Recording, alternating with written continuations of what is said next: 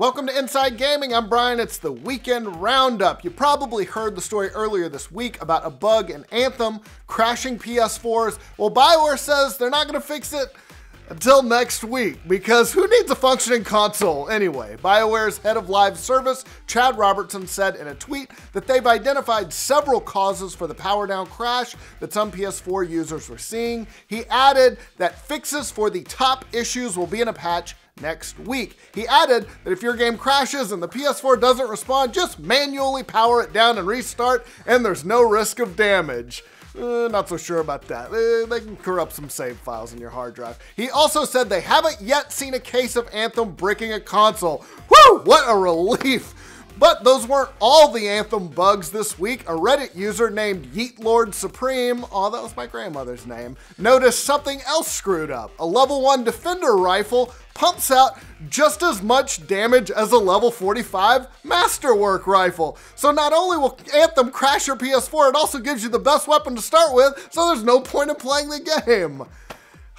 Great job, guys. I feel bad for this development team. It feels like they were half done and EA was like, nope, put it out. Anyway, that rifle bug will be fixed in next week's patch 2. You know what? I wonder if they could just patch in a completely different game. Or better yet, here's our next patch. Your 60 bucks back and a copy of Warframe. Boom! Got him! Roasted. No, we already roasted it.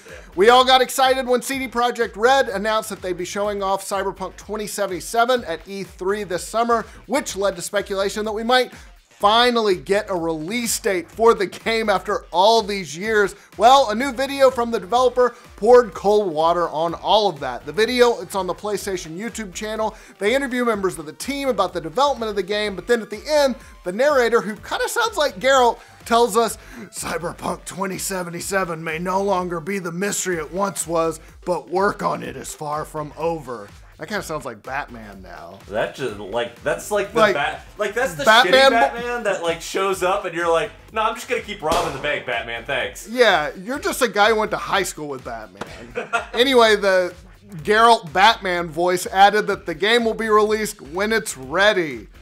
Wow, not releasing a game until it's ready. I can think of some other games that should take note.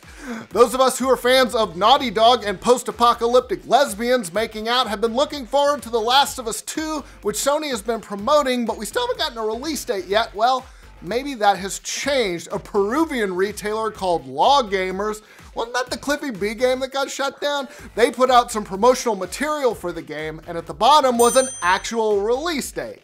Well, it was a release month. It said October of 2019.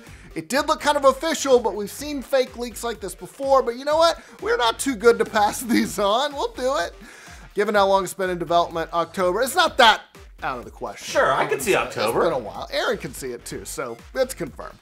All right, here's a good guy Nintendo story. They've apparently told development partners to not get too greedy when it comes to microtransactions in their mobile games. The Wall Street Journal reported that Nintendo has told developers to adjust the game so players do not have to spend too much money on microtransactions. An employee of one of those devs, Cyber Agent, which made Dragalia Lost, said Nintendo is not interested in making a large amount of revenue from a single smartphone game. If we managed the game alone, we would have made a lot more. That even led to Cyber Agent reporting a 20% revenue drop just because of that game, but as other people have noted, Nintendo could be just more interested in raising awareness of its own IP rather than squeezing mobile gamers out of every nickel possible, which would make Nintendo the only mobile developer to have that philosophy. All right, here's a weird story to end on. We all know that Masahiro Sakurai is the creator of Super Smash Bros. He basically put every character into Smash Ultimate.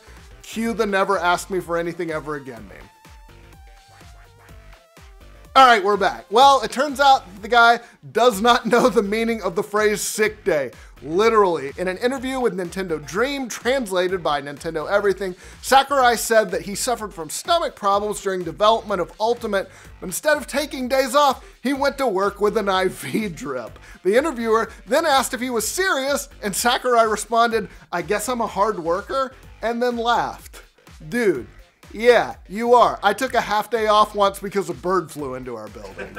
Sakurai said he did take a few days off for Christmas, but he's back at it working on the DLC characters, and the first one, Joker from Persona 5, is due out before the end of April. Seriously though, dude, Ultimate's great. Just take some vacation after this. You've earned it. All right, that is the weekend roundup. We'll see you next week. Bye. Tell me about Grandma Yeet real quick. Good old Grandma Yeet Lord whatever. She grew up in the Depression. She was very thrifty. World, there's weird demons you fight. You're just one dude who circle strafes around enemies. But mechanically, it's actually fairly different. Sekiro is all about assassinations. Like, it's about the one-hit kill. And it's this weird mix of stealth and action. So in Dark Souls, the goal is to like hit stuff until it dies. That's every enemy, no matter what. You just have to hit it until it dies. This game